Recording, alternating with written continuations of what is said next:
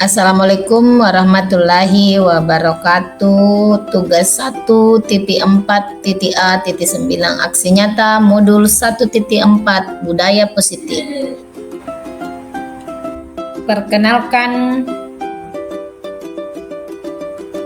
Bapak Labir MPD sebagai fasilitator saya, Ibu Ekawati SPD sebagai pengajar praktik saya, dan saya sendiri adalah LP Latif SPD dari TK Lamanat Calon Guru Penggerak Angkatan 8 Kabupaten Bulukumba. Tujuan aksi nyata: 1. Menciptakan murid yang merdeka, disiplin diri, dan mandiri yang kuat. 2.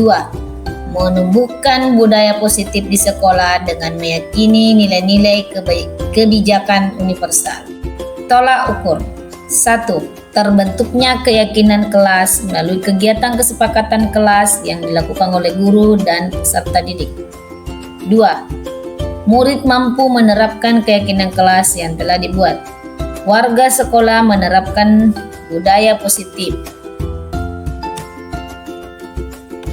Langkah-langkah tindakan yang akan dilakukan: membentuk keyakinan kelas bersama murid. 2. Memantau, merefleksi, dan mengevaluasi keyakinan kelas yang sudah dibuat. 3. Meminta izin dan berkonsultasi dengan kepala sekolah akan melakukan diseminasi. Mengumpulkan rekan guru untuk melakukan diseminasi pemahaman budaya positif. Berikut adalah foto kegiatan ketika melakukan keyakinan kelas. Berikut kegiatan diseminasi budaya positif dengan rekan sejawat. Assalamualaikum warahmatullahi wabarakatuh.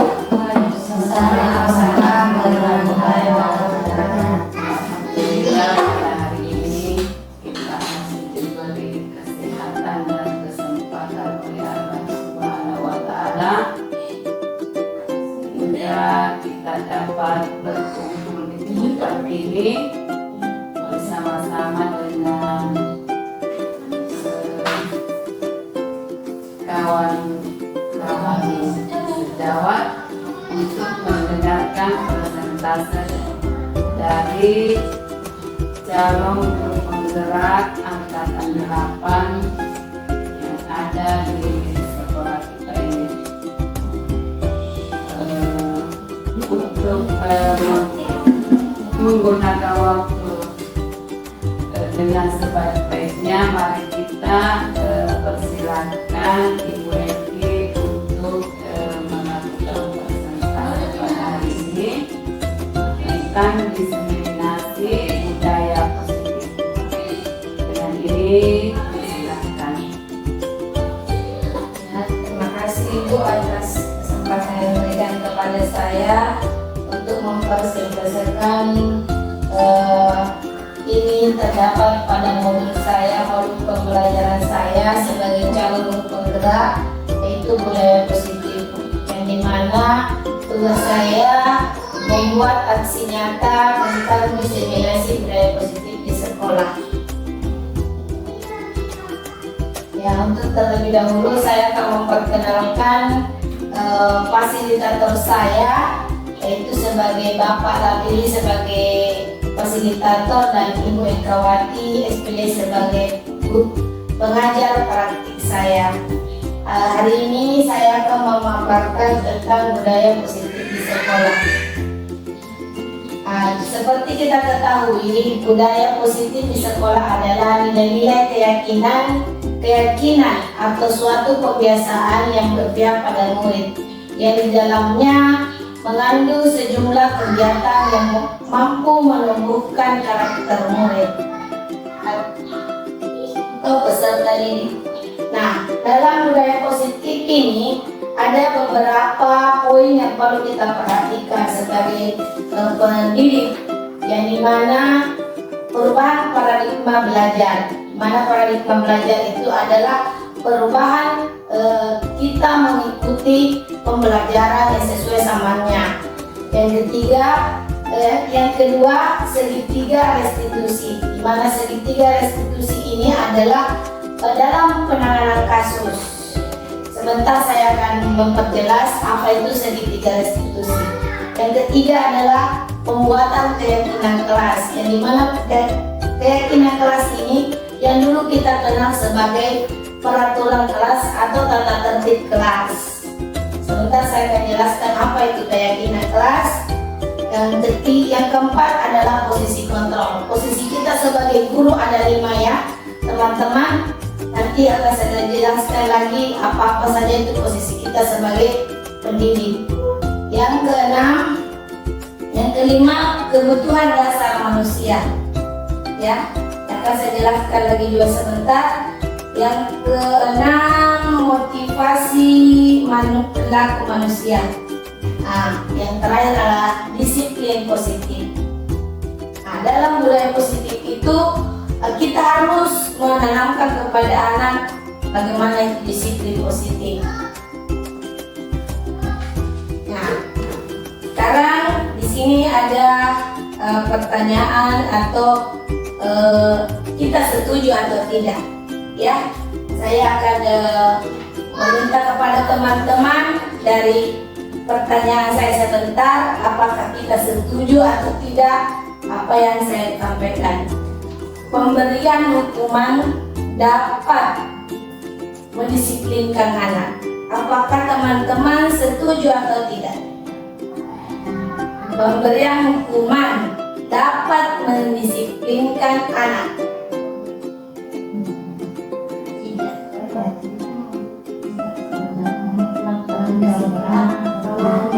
Ya, sebentar.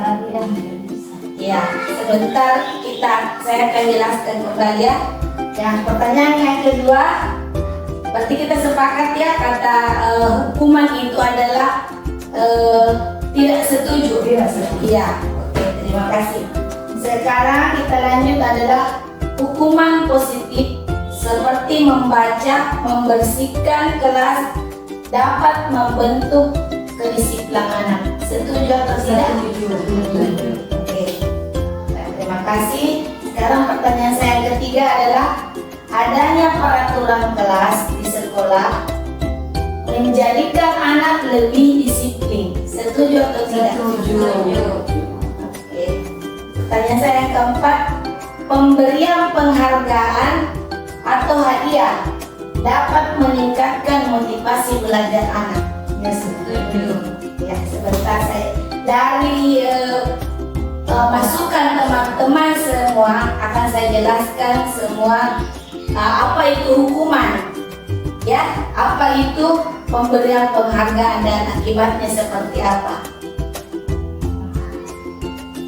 Nah, seperti kita ketahui ya teman-teman tentang pendidikan kita ini. Pendidikan adalah menuntun kita sesuai kodratnya ya.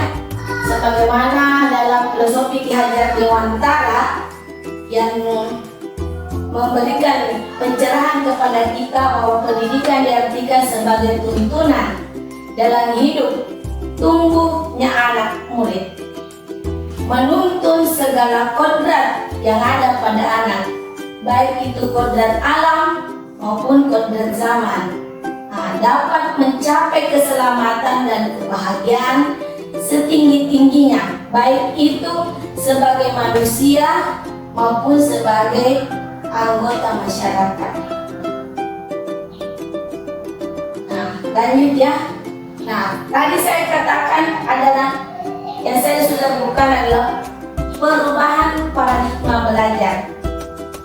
Tadi saya sudah sebutkan pada budaya positif. Poin pertama adalah perubahan paradigma belajar. Nah, saya tanya kepada teman-teman, saya dan teman-teman akan melakukan kegiatan. Coba buka, coba ya. Ambillah sepotong kertas, ya. Ambillah sepotong kertas. Nah, sepotong kertas ini kita tulis apa rahasia-rahasia kita. Undang-undang kita di dalam apa? Di mana ada seorang teman tak? Ini kertas tak kita sembunyi. godaan apa, cobaan apa yang akan kita dengarkan dari teman tak, sampai kertas yang kita sembunyi ini kita bisa buka. Coba ambil di kertas, kita remas ini kertasnya, remas-remasnya sampai tidak terlihat oleh teman tak. Kertas kecil saja. Nah, oke, ya.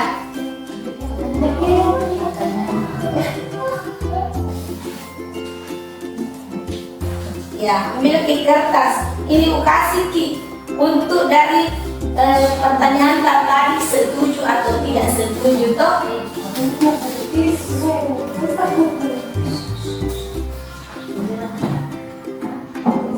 Nah, kita remas. Nah, saya meminta salah satu teman untuk membujuk Ustazah Uni agar dia bisa membuka remasan kertas yang disembunyikan di tangannya. Bagaimana cara tak dalam membujuk teman tak sampai dia bisa membuka kertasnya, seperti dalam kasus sebentar, seperti kasus kita hadapi dalam anak-anak tak yang tadinya diam tidak mau bicara. Bagaimana cara tak menangani anak itu supaya bisa bicara? Jadi beginilah solusi. Di sini kita belajar dari kertas ini yang kita genggam, dari kertas yang kita genggam ini. Anggaplah kita anak. Ini kertas adalah anak muridta. Anak muridta ini yang begitu kuat memegang prinsipnya, yang begitu kuat, tidak maunya tompi, maunya dia. Bagaimana cara menangani itu murid supaya dia mau mengikuti aturan atau keyakinan yang kita buat. Coba Ustazah Ijra bisa mengeluarkan kata-kata, mungkin membujuk Ustazah Uni sampai dia bisa mau membuka itu kepalan tangannya, memperlihatkan apa yang dia sembunyikan.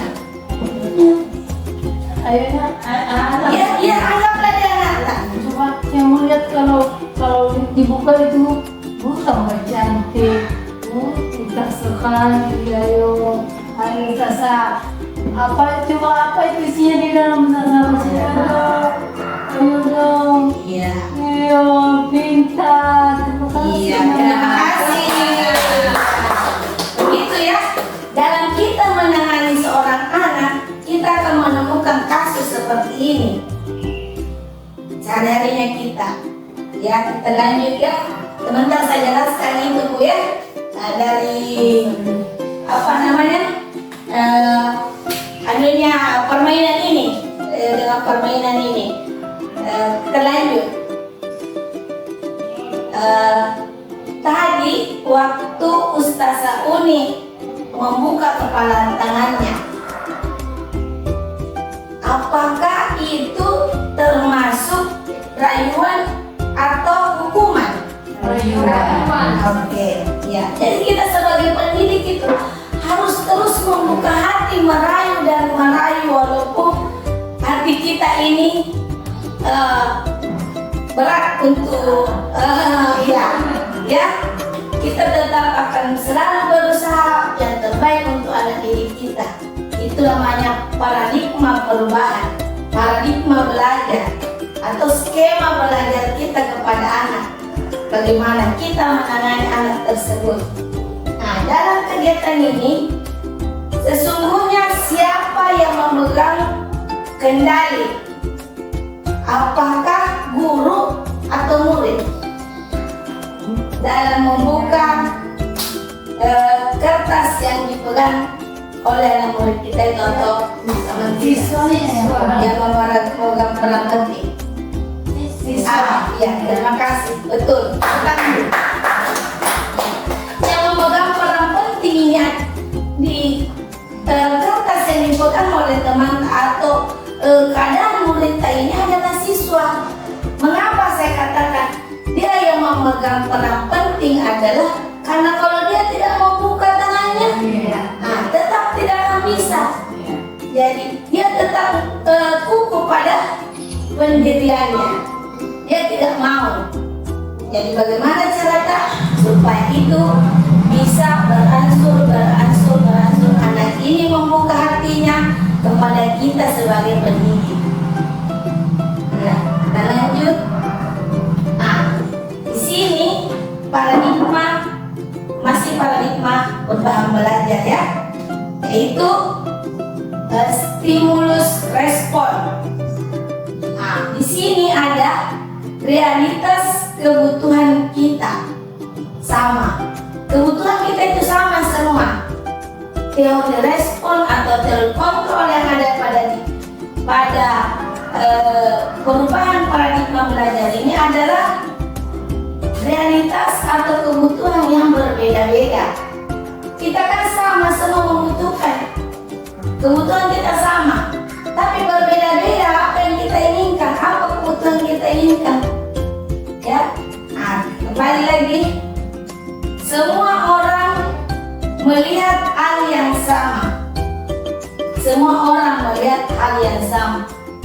Seperti kita melakukan sesuatu, wah sama semua itu yang dilakukan guru-guru. Padahal tidak. Nah, teori kontrolnya adalah setiap orang memiliki perbedaan yang berbeda-beda, perbedaan gambaran yang berbeda-beda. Setiap orang. Jadi orang di luar sana bisa beranggapan kepada kita, sama itu semua guru TK. Padahal tidak semua itu sebenarnya guru TK sama. Ya, kita lanjut lagi. Dari hasil permainan kita tadi dengan kertas, kita mencoba mengubah orang lain agar dia berpandangan sama dengan kita. Nah, teori perubahan paradigmanya, kita berusaha. Kita tadi berusaha supaya dia mau membuka kepalan tangannya. Kita berusaha memahami pandangan orang lain tersebut, pandangannya kepada kita. Kita berusaha supaya anak didik kita itu bisa mengikuti keyakinan kita. Iya.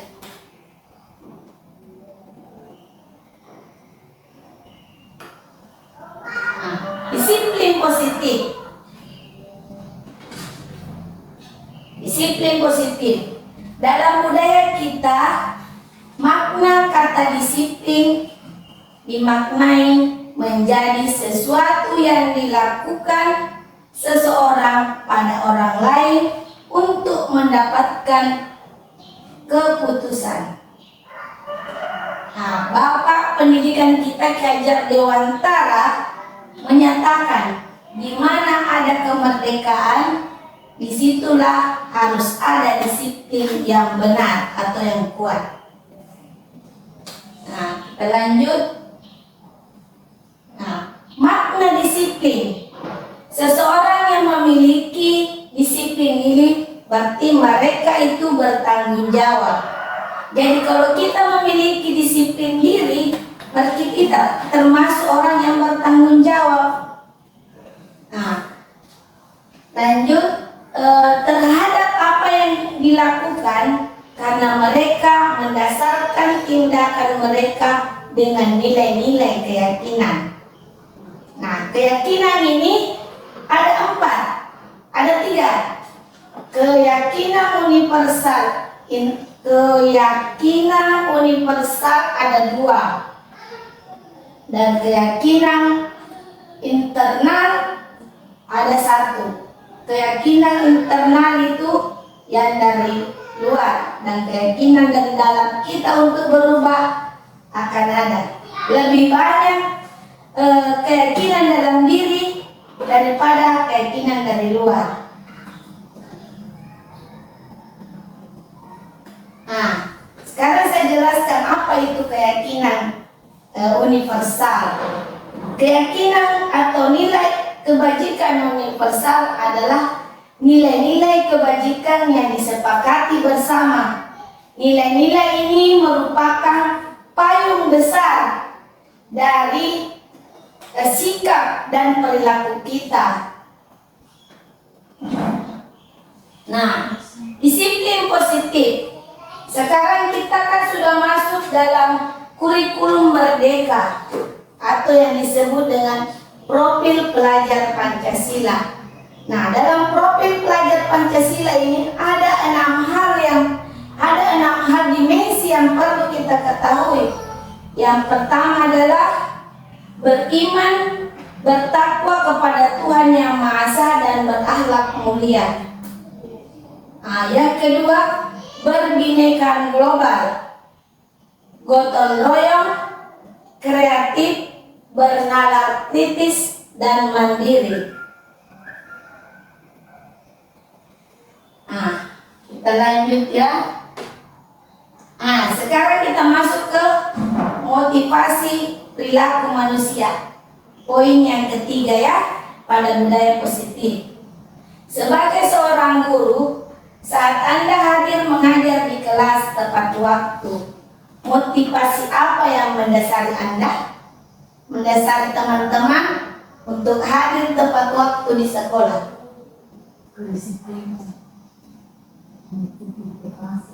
Ya? Jadi motivasi apa? Motivasi kita untuk datang cepat ke sekolah. Gimana kalau terlambat? Nah, yang lain sudah ada satu.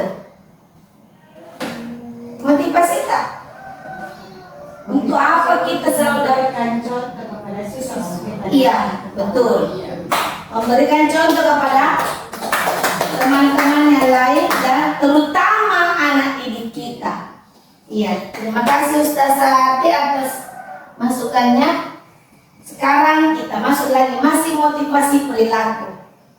Untuk menghindari ketidaknyamanan, pertama poinnya ya. Pasti Ustaz Lela tadi mengatakan karena saya malu berarti kita tidak nyaman toh? Poin kedua, untuk mendapatkan imbalan atau penghargaan orang lain. Pasti kita rajinnya cepatnya datang, pasti lagi begitu. Atau murid tak, tahu cepatnya datang sekolah, kan dia merasa sadar, perhatikan anak guruku. Begitu. Nah, poin yang ketiga, untuk menjadi orang yang merdeka, untuk menjadi orang yang mereka inginkan dan menghargai diri sendiri seperti dikemukakan oleh Ustazah Adi. Ya, kita lanjut. Nah, sekarang masih dimotivasi perilaku. Anda datang tepat waktu karena tidak ingin ditegur oleh atasan. Nah, Anda mendapatkan surat peringatan, menghindari ketidaknyamanan atau hukuman. Iya, kan biasa itu pemimpin saya terlambat ya, supaya kita bisa berubah. Kepala pemimpin harus memberikan peringatan ya. Senaknya datang sekolah. Seperti itu. Yang kedua, Anda ingin mendapatkan pujian dari atasan, mendapatkan imbalan dari orang lain. Dipuji maki berarti itu sudah termasuk imbalan, penghargaan, dihargai sama atasan tak begitu. Yang ketiga, Anda ingin menjadi orang yang menghargai waktu, menghargai diri sendiri sebagai teladan untuk murid-muridnya. Ya, itu kita mengharapkan itu menghargai diri kita sendiri. Nah, sekarang hukuman dan konsekuensi. Bisa kita perhatikan di situ tindakan guru.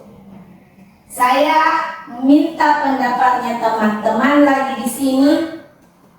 Ada pertanyaan seperti ini.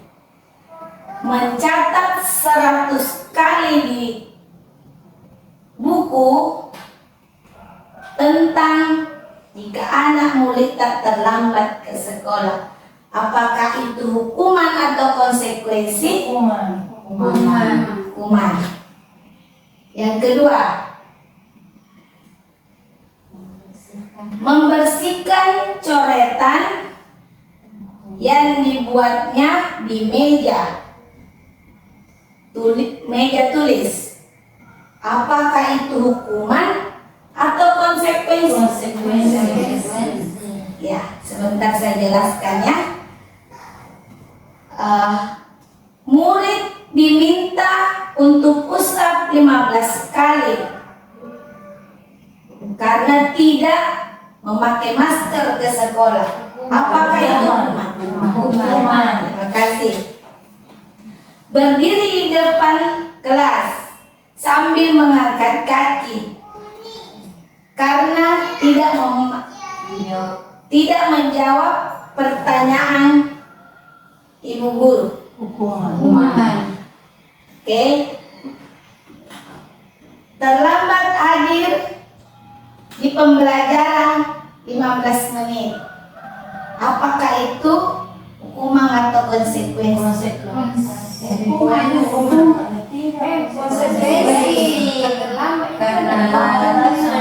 Sudah ada bikin datang tepat waktu toh?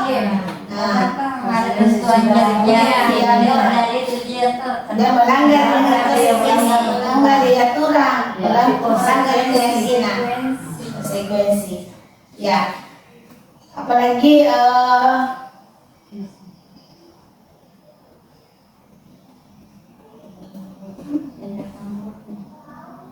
oh ya, itu. Sekarang kita lanjut yang kedua. Nah, dari masukan teman-teman tadi ada beberapa pendapat ya. Saya perlu menjelaskan mengapa mencatat 100 kali di dalam buku itu termasuk hukuman atau konsekuensi. Kenapa saya mengatakan di sini hukuman? Mengapa teman-teman juga tadi ada yang mengatakan hukuman? Karena itu termasuk peraturan yang sudah tidak seharusnya kita lakukan. Mungkin bisa kita kasih kegiatan lain yang membuat anak itu akan gampang dia menulis. Dia merasa menggampangkan hukuman itu. Jadi kita harus mengubahnya yang membuat dia bisa berubah.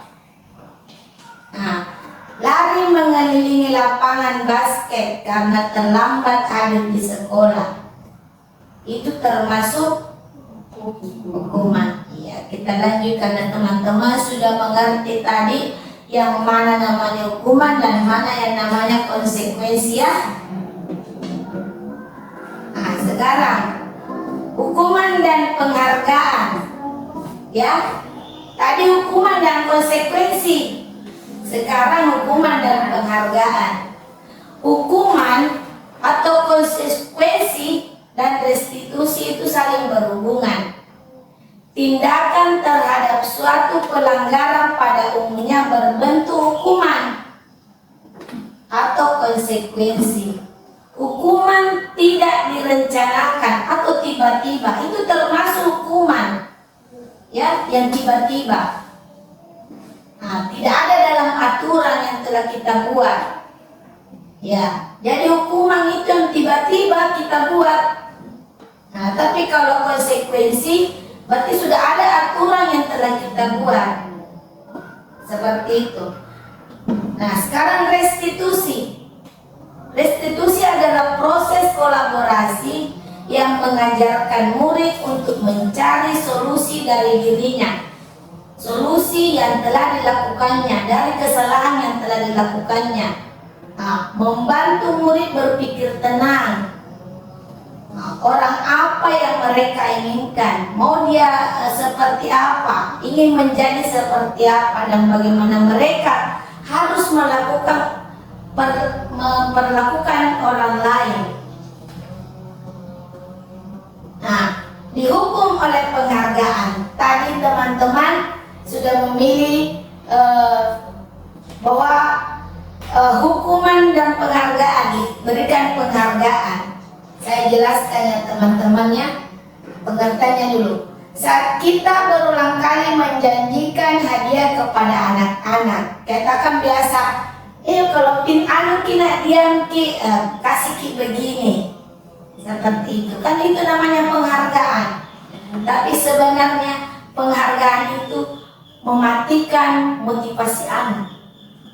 Karena dia merasa, itu terus dikasih hadiah, itu terus dikasih pujian, saya tidak mau dia belajar. Pasti dia akan begitu.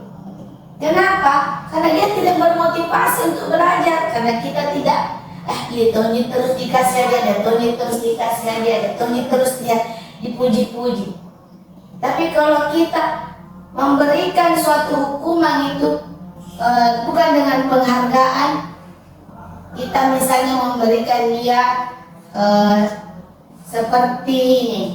Nah, penghargaan sama dengan hukuman, bukan hukuman sama dengan penghargaan. Tapi kita balik, hukuman sama dengan penghargaan sama dengan hukuman. Nah, saya jelaskan ya. Kenapa saya katakan penghargaan adalah sama dengan hukuman? Karena pengaruhnya itu sangat banyak, sangat panjang. Jika kita memberikan penghargaan sebagai hukuman, akan panjang itu. Dia terus, seperti saya jelaskan, dia terus dikasih penghargaan, dia terus dipuji. Penghargaan dapat mematikan motivasi. Penghargaan merusak hubungan. Itu terus kita kasih hadiah ibu guru, saya tidak. Jadi kita hubungan dengan anak itu akhirnya terputus. Jadi kalau kita mau memberikan pujian, pujilah anak-anak tak semua. Walaupun yang satunya memberikan, kita kasihkan hadiah jempol, kita kembalikan lagi, semuanya dapat jempol, semuanya dapat hadiah plus dari ibu guru. Jangan ini saja, ini pintar teman-teman. Jadi misalnya ada murid bagus pelajarannya, jangan diperlihatkan ke temannya, ini bagus tuh pelajarannya teman. Kasihan ini anak, kasihan itu bagus, saya jelek punyaku. Dia akan merasa malu-malu pindah kasihan kita. Seperti itu. Dia mematikan hubungan. Jadi lanjut, penghargaan mengurangi ketepatan. Ya, dan mengurangi ketepatan kita dalam mendekati murid-murid kita. Mengurangi hubungan kita kepada anak-anak. Masih ada lagi, penghargaan menurunkan kualitas. Di sini menurunkan kualitas, saya kembalikan kepada teman-teman yang seperti apa itu yang menurunkan kualitas.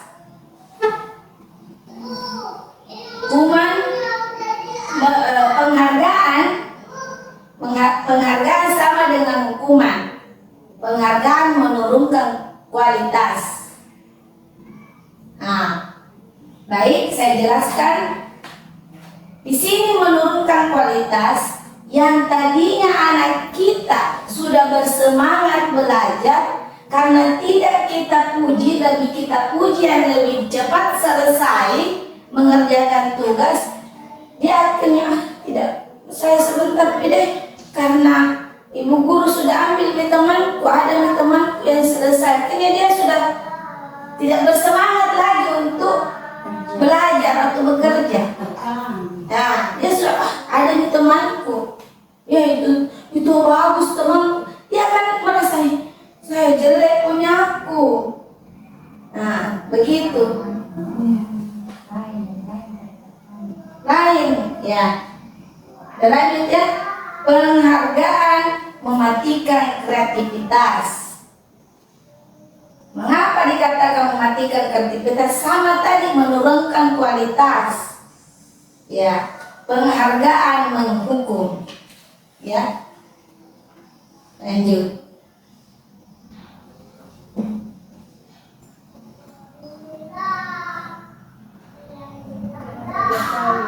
Nah, sekarang kita masuk pada kebutuhan manusia, kebutuhan dasar manusia. Ada 5. Pertama adalah kasih sayang. Bertahan hidup dulu, bertahan hidup.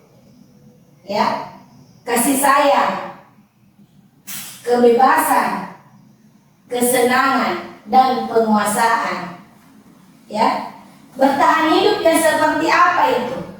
Misalnya kita mendapatkan kasus seperti ini ya, ada kasus. Saya Ibu Elpi sebagai guru kelompok B sedang bingung menghadapi ulah salah satu murid saya di kelas yang namanya Girang. Beberapa anak datang pada saya mengeluh Girang sering meminta bekal makanan siangnya mereka dengan paksa. Nah, jika Anda menghadapi situasi seperti ini, seperti saya, apa yang akan Anda lakukan? Menurut Anda, kira-kira apa alasan Girang melakukan hal tersebut? Lanjut. Nah, di sini saya akan menjelaskan. Dalam kasus Girang, apabila jawabannya Girang ketika ditanya oleh gurunya, adalah karena ia lapar dan orang tuanya tidak membawakannya bekal makan siang. Karena dia lapar ya, orang tuanya tidak memberinya makan siang.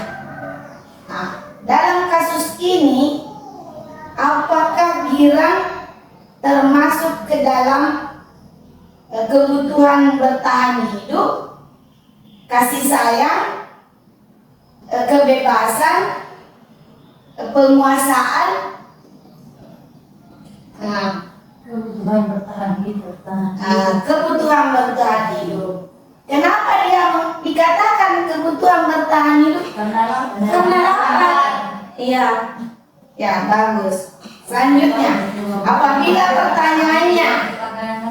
pertanyaan guru, karena dia merasa senang teman-temannya jadi memperhatikan dia. Ketika temannya melaporkan tindakan itu pada gurunya dan gurunya memberitahu orang tuanya sehingga orang tuanya memperhatikan dia. Nah, maka kebutuhan dasar yang sedang dibutuhkan oleh Girang adalah kasih sayang. Bagus, terima kasih. Nanti kita sependapat ya teman-teman. Bila jawabannya bahwa dia bosan dengan bekal makanannya dibawakan ibunya dari rumah, dia ingin mencoba makanan teman-temannya. Jadi kira-kira itu masuk dalam kebutuhan apa?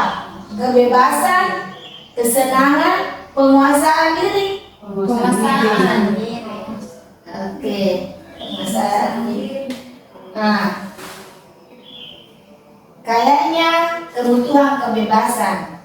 Mengapa saya katakan di sini kebebasan? Tapi terima kasih teman-teman atas pendapatnya, karena pendapat kita berbeda-beda, tetap saya terima. Di sini saya menjelaskan dulu mengapa saya katakan kebutuhan kebebasan, karena dia ingin bebas memilih makanan apa yang dia mau, ya. Nah, lanjut. Nah, bila pertanyaannya seperti ini, karena iseng saja Bu Guru ingin menikmati ekspresi teman-teman wajahnya yang kesal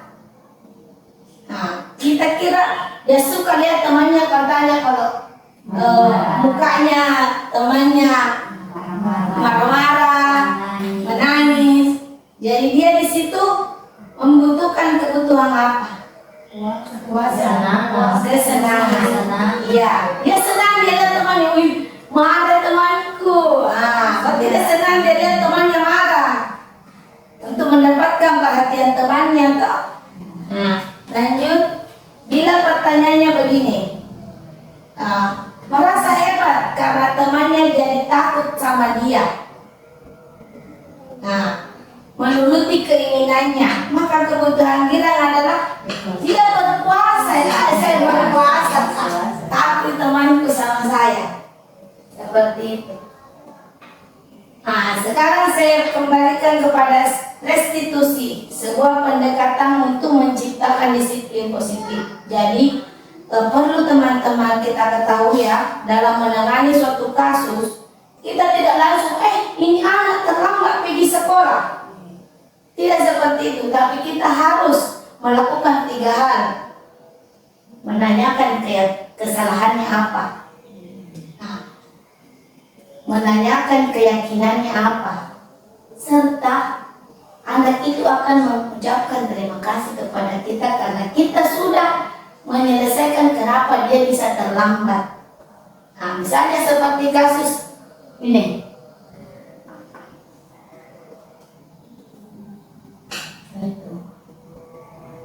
Bagian bawah. Ini saya putar videonya ya.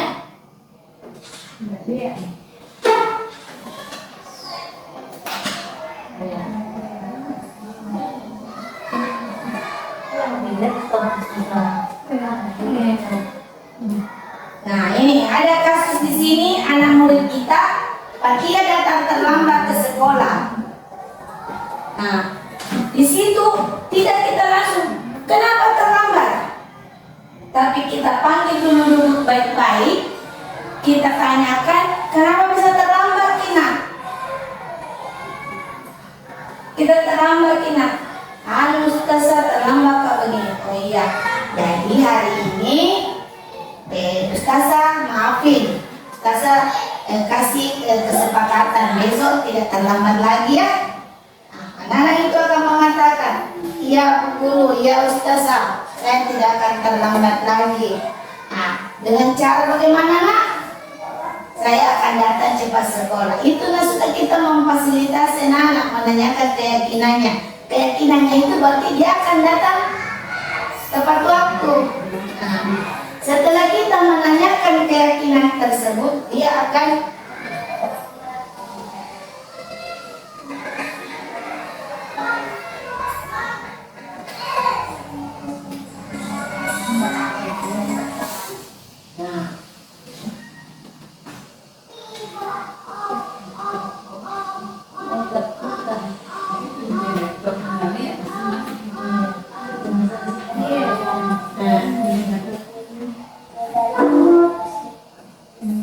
mengatakan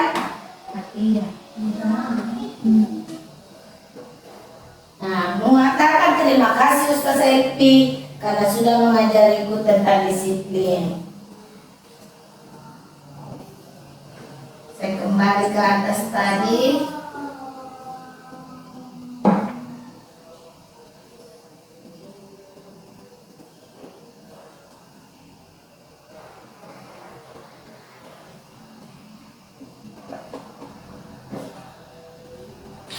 Posisi kontrol. Posisi kontrol ya, kita sebagai guru ada 5, yaitu penghukum, pembuat rasa bersalah,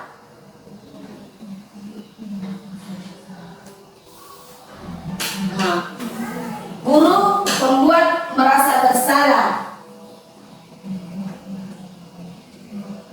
guru sebagai teman, guru sebagai pemantau,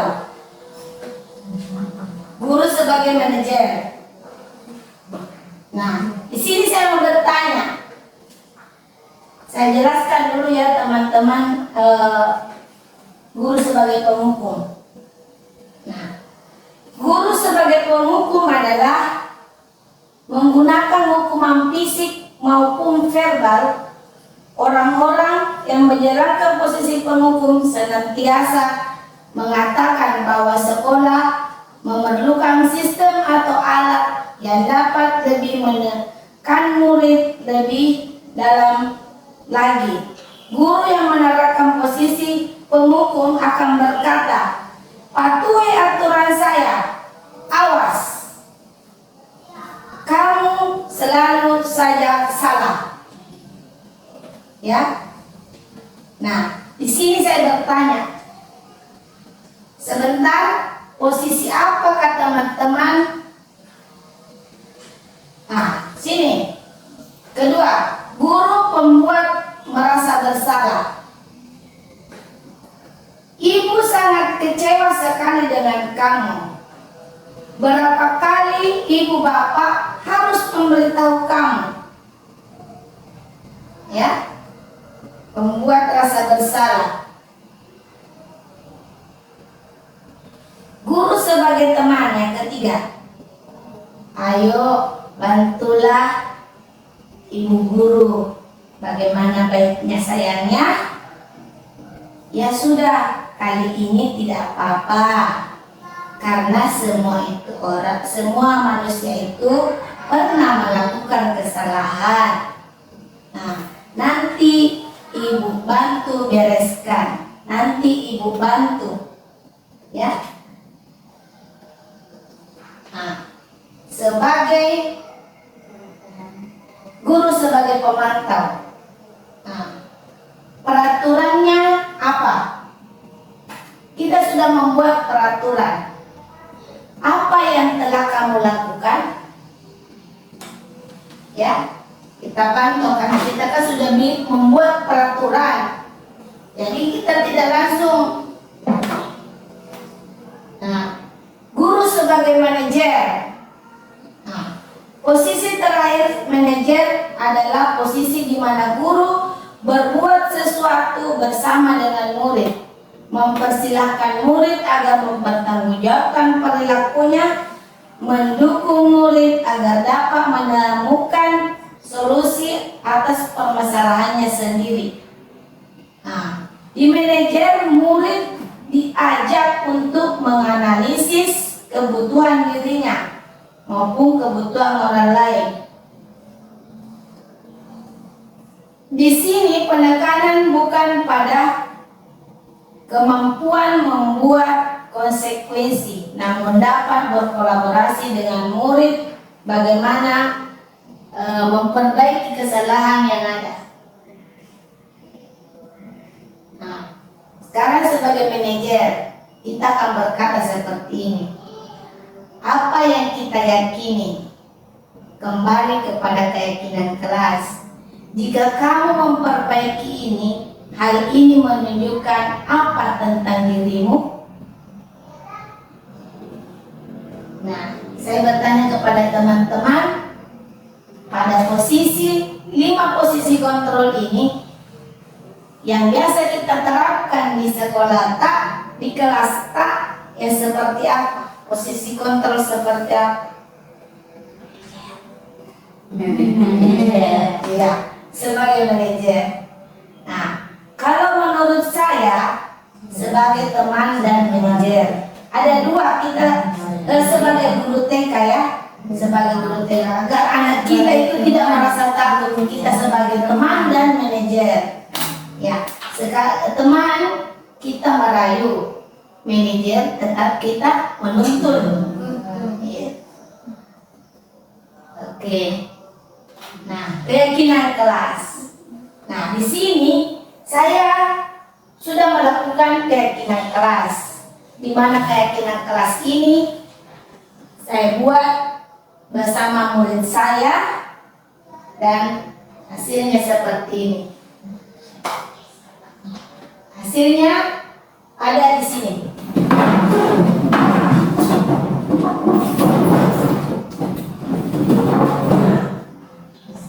Keyakinan kelas saya seperti ini. Di sini ada jam. Ada jam. Anak didik saya sudah eh, mematuhi akan datang. Di sini jamnya saya tuju jam 9 ya. Nah, tapi alhamdulillah anak-anak saya mengatakan, bukan Bu Guru, datang jam 7. Jadi sepakat datang jam 7, kita stempel di depan dengan stempel senyum. Jadi anak-anak gembira, senang. Wih, maukah saya tersenyum bahagia karena datang jam 7. Nah, di sini ada lagi. Ketika sampai di sekolah, apa yang dilakukan anak-anak? Salim betul. Ah, bagus. Kita setuju? Setuju. Jadi ya, silahkan kita bermain menempel kertas yang sudah distempel. Ya. Nah, yang ketiga, menjaga kebersihan.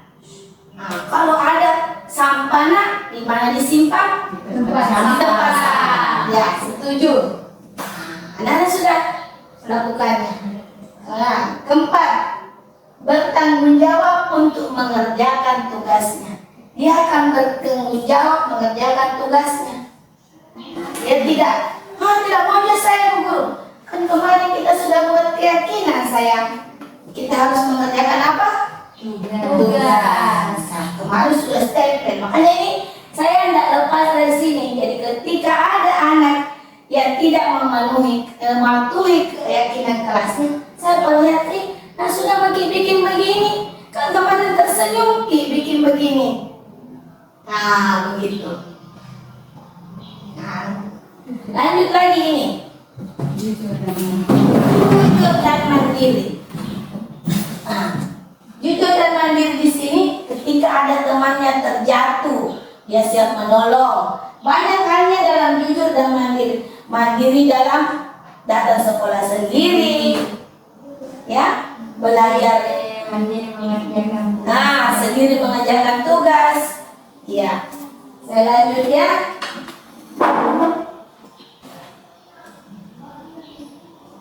Restitusi. Oke. Nah, segitiga restitusi. Seperti tadi pada saat kita menangani kasus. Nah, pada video Fatia terlambat datang ke sekolah ya. Itu kita sebagai guru atau sebagai teman, jangan sebagai guru, sebagai teman dan manajer, ya. Nah, kita sebagai teman dalam menghadapi kasus seperti yang didapati oleh Fatia tadi, yaitu kita tanya dulu nak, hari ini kita buat kesalahan apa? Datang terlambat. Iya, kita terlambat nak. Nah, kalau kita terlambat berarti kita tidak tepat waktu dong. Ada sudah aturan kita buat atau datang ke sekolah tepat waktu. Nah, iya Bu Guru. Oke, kalau begitu bagaimana caranya supaya datang di tepat waktu di sekolah? Mau ngecepak Ibu Guru? Alhamdulillah, terima kasih kalau begitu, karena kita sudah mengatakan untuk datang tepat waktu ke sekolah. Nah, terima kasih, silakan pulang ke kelasnya dan silakan bermain. Itu anak-anak, terima kasih Ibu Guru sudah mengajariku tentang disiplin. Seperti kita ada masukan dari teman-teman, jangan langsung bernegatif, tapi kita harus saring dulu. Betul tidak disampaikan temanku ini, ya? Oke. Nah, terima kasih. Sebagai kesimpulan dari presentasi hari ini adalah budaya positif di sekolah sangatlah penting untuk mengembangkan anak-anak untuk memiliki karakter yang kuat sesuai profil Pancasila. Untuk mewujudkan hal ini diharapkan semua warga sekolah agar memiliki keyakinan dan menerapkan visi dan nilai kebajikan yang disepakati. Dan jika suatu saat ada kondisi di mana murid berperilaku tidak pantas atau melanggar keyakinan kelas, maka perlu dijalankan pendekatan disiplin positif yang dinamakan restitusi. Ya, terima kasih. Itulah pemaparan saya hari ini tentang diseminasi budaya positif. Assalamualaikum warahmatullahi wabarakatuh. Waalaikumsalam warahmatullahi wabarakatuh. Ya, terima kasih teman-teman. Mungkin ada pertanyaan dari teman-teman dari presentasi saya tentang diseminasi budaya positif. Saya buka sesi tanya jawab 3 orang dulu. Ya, silakan Ustaz Uni.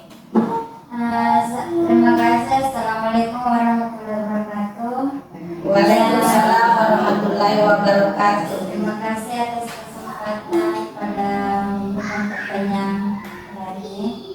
Ya, yang saya mau tanyakan, apa perbedaan keyakinan kelas dan peraturan kelas? Ya, terima kasih. Saya jawab langsung dulu teman-temannya. Kalau keyakinan kelas itu adalah aturan yang telah disepakati oleh bersama dengan murid, guru dan murid.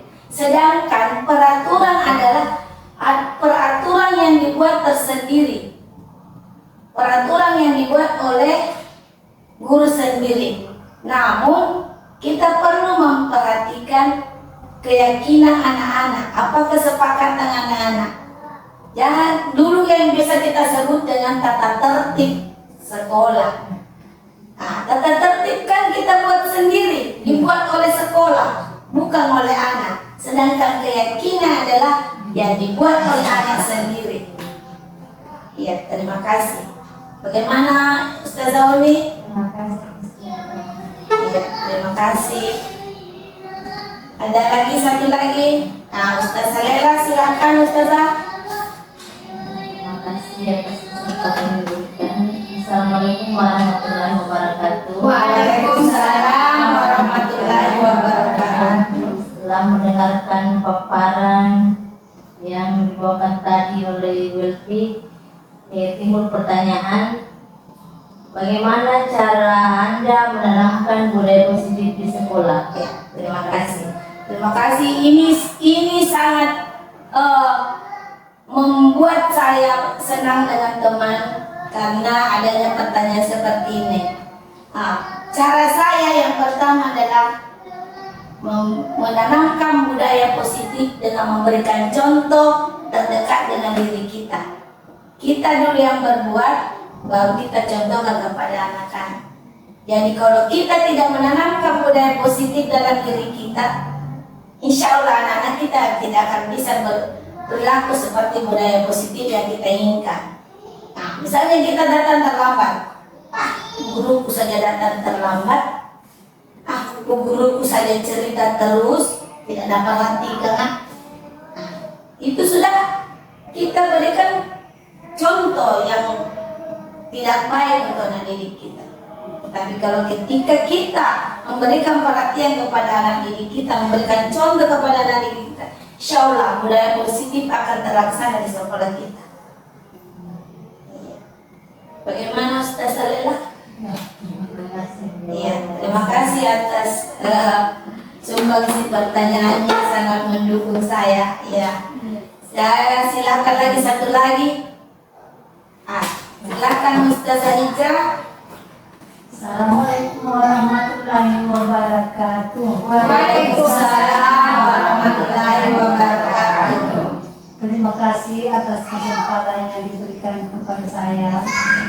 Ada pun yang ingin saya pertanyakan, mengapa perlu diadakan seketika restitusi dalam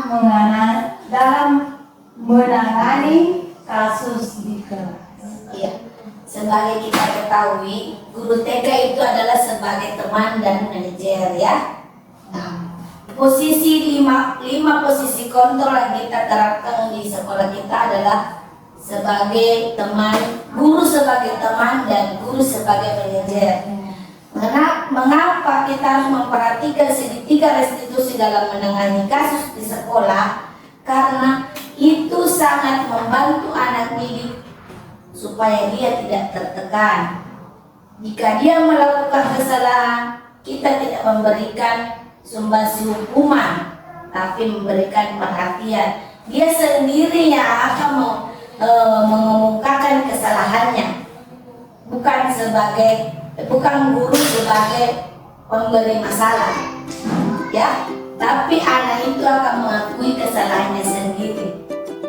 Di situ kenapa kita perlu memperhatikan 5 posisi kontrol kita sebagai guru, di mana kita meletakkan diri kita, maka segitiga restitusi atau segi restitusi akan terbentuk kesalahan yang dibuat oleh anak itu sendiri, bukan karena dia takut kepada kita, begitu ya. Jadi kalau kita menemukan kasus apapun di sekolah kita, yang poin pertama, jangan di depan teman-temannya kita marahi, jangan di depan teman-temannya kita tegur, tapi panggillah dia secara teman atau sebagai manajer, ya. Terima kasih. Bagaimana saya ya, terima kasih atas masukannya. Lebih dan kurangnya mohon dimaafkan. Terima kasih semua. Terima kasih Ibu Kepala Sekolah saya atas kesempatannya dan teman-teman untuk luangkan waktunya untuk mendengarkan presentasi saya hari ini. Lebih dan kurangnya mohon dimaafkan. Assalamualaikum warahmatullahi wabarakatuh. Waalaikumsalam warahmatullahi wabarakatuh.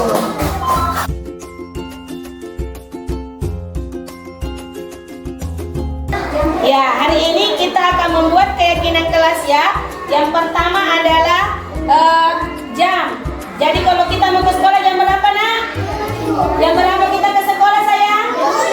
Mana suaranya? Jam berapa orang ke sekolah? 7. Terima kasih. Sekarang silakan ditempel karena sepakat datang ke sekolah jam 7, ya. Yang sudah ditempel, Nak, ditempel. Oke. Tempel. Oke.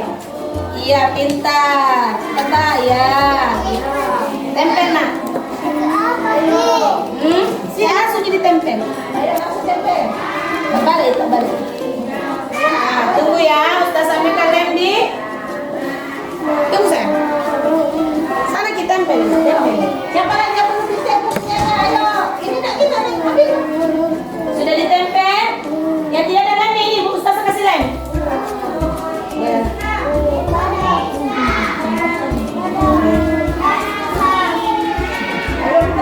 Tempel. Ya. Sepakat toh datang ke sekolah jam berapa?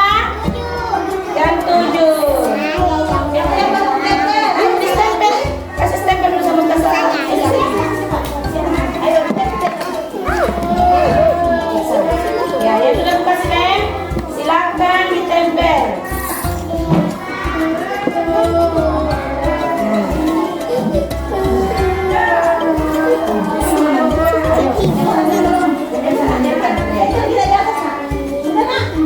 Silakan ditempel di atas. Boleh di sampingnya juga, boleh di sampingnya.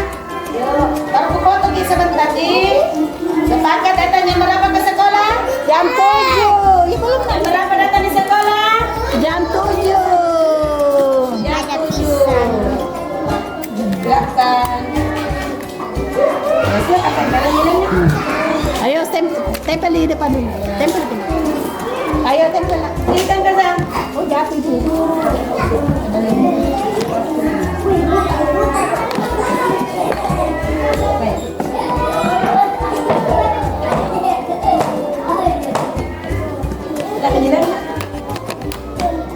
Siapa lagi yang belum? Sebentar di situ, sebentar. Hai guys, sebentar. Silakan duduk kembali lagi. Iya. Siapa ini? Coba deh katanya. Jadi ini.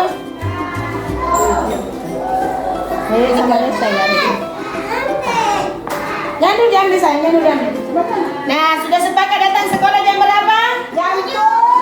Jam berapa sepakatnya datang sekolah? Jam 7. Oke, sudah yakin bisa datang ke sekolah jam 7? Insya Allah. Pintar. Nah, karena kita sudah buat kesepakatan datang sekolah jam 7 ya. Halo guys, halo sayangmu, cintaku, anakku semuanya. Terima kasih ya, kita lanjut lagi kesepakatan yang kedua. Keyakinan yang kedua. Keyakinan yang kedua. Yang kedua, Sulasita tadi. Nah, keyakinan kita yang kedua adalah apa yuk? Yang kedua. Salim sama Ustazah. Nah, datang ke sekolah harus apa dulu sama Ustazah? Salim. Pintar, tepuk tangan semua. Jadi sebab datang ke sekolah harus apa? Salim. Nah, tepuk tangan dulu. Tepuk tangan dulu semua. Nah, sekarang Ustazah mau suruh ke depan sini. Ayo berdiri semua. Ke depan sini. Pegang tempelannya, pegang tempelannya. Ayo, pegang tempelannya. Kelihatan. Oke. Ya, sudah. Terima kasih. Silakan duduk menempelnya. Sudah menempelnya? Ya.